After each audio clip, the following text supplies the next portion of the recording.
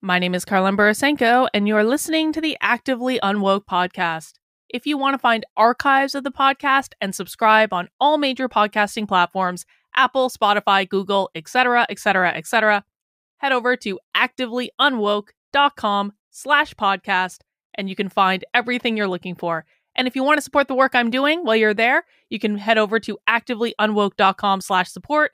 Sign up for a membership either on Substack or on Locals or on Patreon, or make a one-time gift. I'm completely funded by you, and so I really do appreciate the support.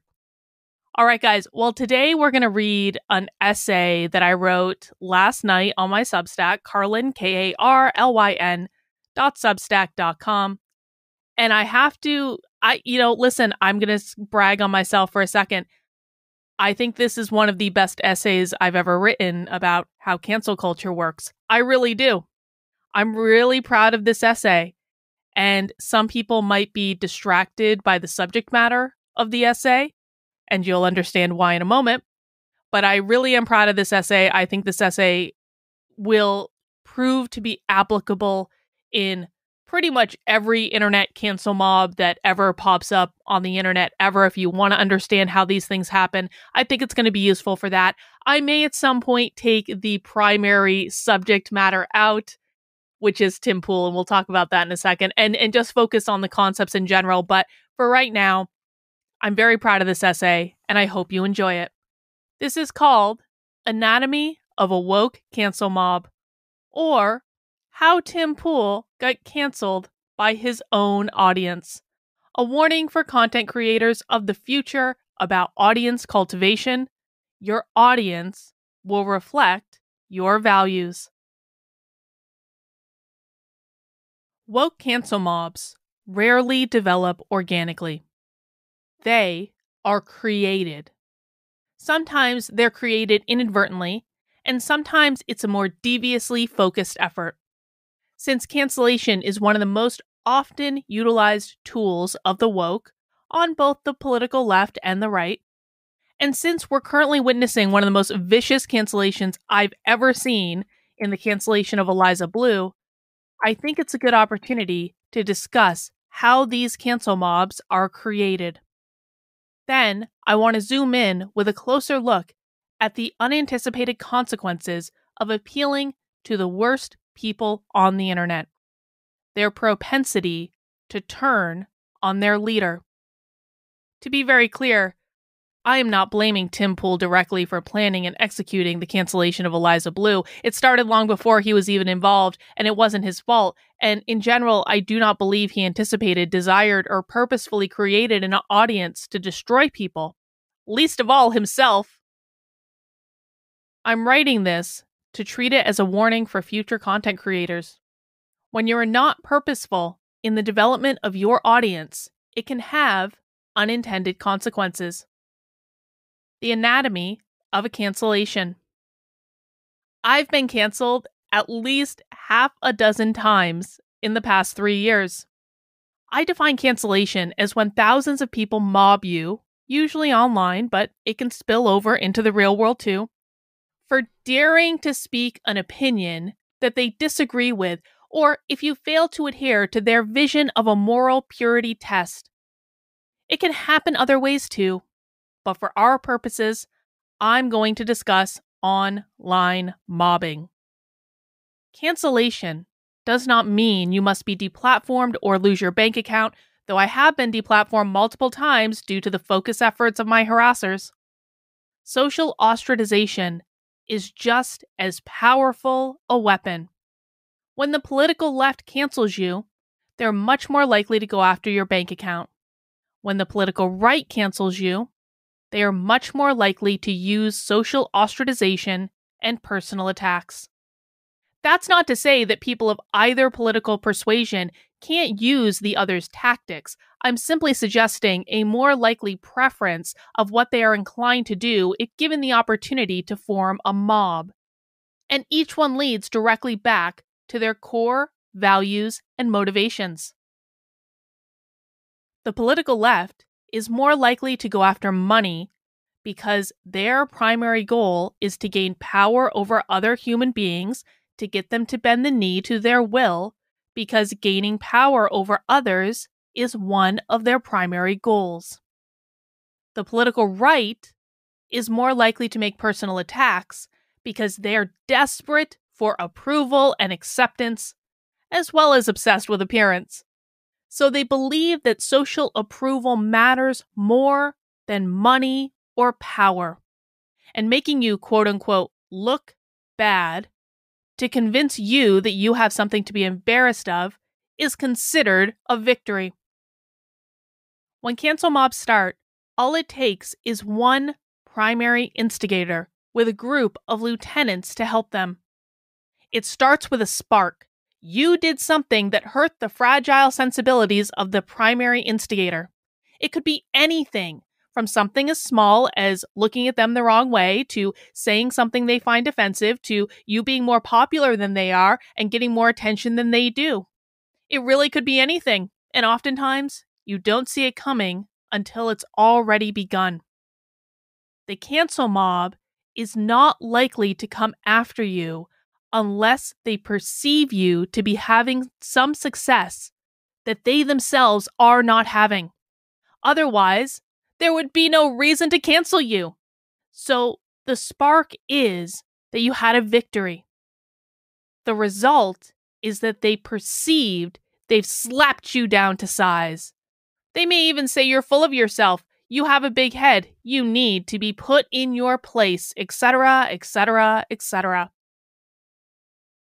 In order to achieve their goal of making you suffer for their amusement, they will find a fatal flaw, a mistake, either real or contrived, that you have made in your past that they can exploit to use against you in order to achieve their primary aim, attacking your money, attacking your reputation, or a combination of both. The primary instigator releases the information, which is always twisted to be interpreted in the most negative possible way, and then uses their lieutenants to help them spread the information around the internet. Their goal is to get coverage from influencers with large accounts, otherwise known as useful idiots, that need content to outrage their audience each day to keep them clicking. That's how they make money, by building outrage and then using it to generate likes, clicks, shares, watch hours, and super chats. The useful idiots have no incentive to present the clickbait they've just acquired with any nuance. The more outrage they generate, the more money they make. And so what was already presented badly will now be twisted to be worse through this game of telephone. And all of a sudden you have thousands, tens of thousands, or millions of people galvanized against a single person as the most evil being to ever walk the face of the earth. They inundate their feeds, DMs, comment sections, email inboxes, and even their phone numbers, demanding answers or accountability for their perceived transgressions. Addresses are doxed, death threats are made. They may even drag your friends and family into it. The goal is nothing less than making the target's life a living, breathing hell. The goal is either to force the target to bend the knee to the will of the mob to make the pain go away. If that happens, the target will receive a brief reprieve, but they will always be at the will of the mob. Or the goal is to make the target believe they're going crazy in order to get them to react irrationally, so that they can take that reaction and twist it out of context to continue to attack, thus creating more pain. Or the final goal could be to silence the target by getting them to delete their accounts, leave the internet, or even commit suicide. Yes, the mob would celebrate if you killed yourself at their hand. That's how fucked up these people are. Most of the people in the cancel mob have never even heard of the person they're canceling. The cancel mob is their introduction. They don't really care about the person, and they don't really care about the transgressions. They only care about feeding their outrage addiction. And if you want to learn more about outrage addiction, I do have an article specifically about outrage addiction in my Woke Mind series. that you can find on my Substack, Carlyn, Karlyn, .substack.com. The more influential any single member of this group of unhinged idiots is, the larger the cancellation has the potential to grow. So, for example, maybe the primary instigator doesn't have a very large following, but they happen to be best friends with someone who has a very large platform. That single person can make the mob skyrocket in size. The only way to get through a cancellation once it starts is to make the decision to walk through the storm until you reach the other side.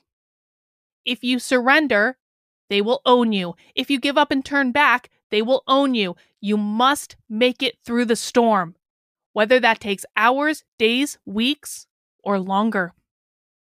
If you make it through the storm, you will be more powerful than the mob. If you do not, you will forever be at their mercy until you do. Remember, the mob doesn't care about the things they claim to. They only care about making you submit to them. So what does this have to do with Tim Pool? The thing about Tim Pool is that I really do believe he has positive intentions. The problem is that he makes boneheaded choices. Not all the time, but enough when it matters. I've talked to multiple people who have worked for Tim, and they've all told me the same thing. When he got COVID, he almost died. And when it passed, he had changed. He was suddenly highly focused on expanding his empire as fast as he could, getting as big as possible as quickly as possible. It was this desire to expand as rapidly as he could that inadvertently led him to cultivating an audience that has been captured by the most vocal, toxic minority. It's a minority that are mostly young men that are inclined to be attracted to the incel or MGTOW communities and alt-right influencers who are angry at their lot in life and who are bored. This is a dangerous combination. He did this through his choice of guests, his choice of topics, his choice of headlines, and his choice of approach, knowing full well that his rapid expansion depended on him appealing to people on the political right who live on the internet, believe Twitter is real life, are drooling at the possibility of a civil war, and will support anyone who tells them exactly what they want to hear and reinforces the idea that young men are the real victims in the world. If I'm honest, I believe he was cultivating it before COVID, but it expanded rapidly afterward. I'm not suggesting everyone in Tim Pool's audience is toxic. Far from it.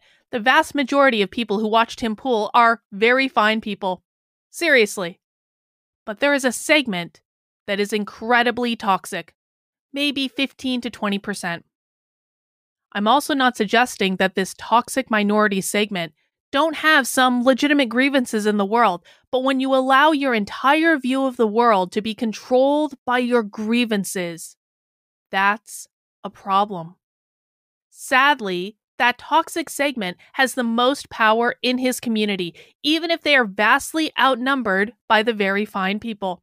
And in the last week, the toxic segment turned against the man who cultivated them, making demands that he was under no obligation to fulfill.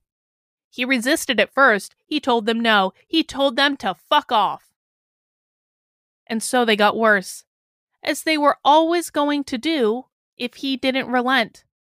They made greater demands this time to punish him for his insolence, drive him crazy, get him to quit, or force him down on his knees. Those were the goals, and achieving any of them would do. Then he bent. He retreated in the middle of the storm. He apologized. He gave them what he wanted. He retreated. Now, he's at their mercy until he makes it to the other side.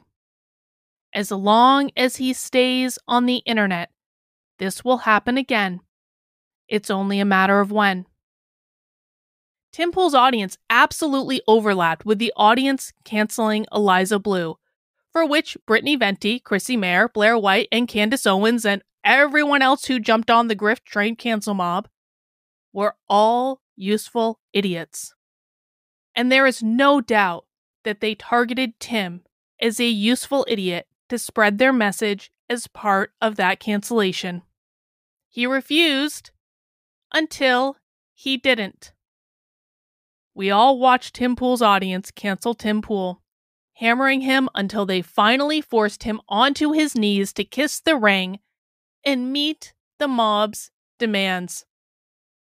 How an audience got Tim Pool to kneel.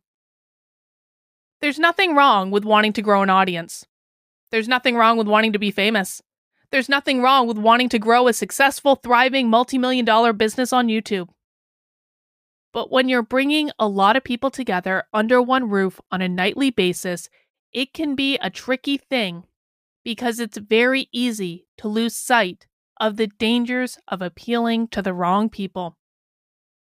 The most powerful people in any social system are not the people with the fanciest title or the most money or the fastest car or the best looking. The most powerful people in any social system are the ones who are expressive. They are the ones voicing their opinion through chat, through comments, through DMs, through emails, through making videos, etc., etc., etc. The people who speak up are always more powerful in regard to influencing the direction of the community than the ones who stay silent. This is why the silent majority tactics of the political right will always lead them to losing. With rare exception, you cannot remain silent and win. If the most optimistic people in your audience are the most expressive, then your community will generally be pushed in an optimistic direction and be able to look on the bright side, see things as an opportunity rather than something to be feared. Conversely, if the most toxic people in your audience are the most expressive, then your community will generally be pushed in a toxic direction closely resembling the hellscape of Twitter. Do you think it's any coincidence that Tim Pool has been trending on Twitter every day for weeks? Have you seen Tim Pool's chat in the last few months? Or his comment sections? Or his Twitter replies? Because it's not pretty. And it hasn't been for a while. I'm not suggesting everyone in any of those mediums is toxic, but generally, the toxic outnumber the optimistic. Something like this might happen if a person spends 2 solid years yelling "Civil War." He might attract people who are desperate for a civil war. Those are generally not the most optimistic folks. Tim's audience got hijacked by its most toxic segment. Those people now run the show, and they know they can get Tim to bend to their demands until he doesn't anymore.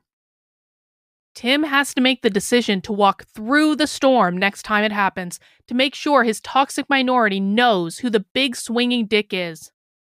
And it wouldn't hurt for him to start making different choices about his approach, to cultivate his audiences too, something that he encourages less toxic elements to speak up and express themselves. He might also consider curating his community, implementing a block strategy to prevent toxic elements from taking over. But this will cost him money.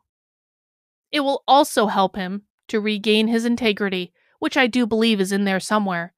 It's just gotten lost in the last few years.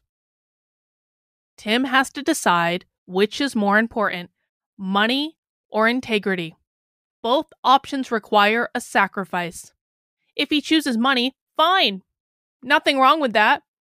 But he should plan to spend a lot of time on his knees moving forward. Maybe he has knee pads from skateboarding that he can use to soften the position. If he chooses integrity, he has to reclaim his audience from the toxic element that's hijacked it, which will cost him money. Tim Pool is perfectly capable of building a media empire, but not if he is pandering to an audience that will cancel him if he doesn't do what they want. But he doesn't need to build an empire in order to make a lot of money. He just has to sell his soul. and everything he ever claimed to care about.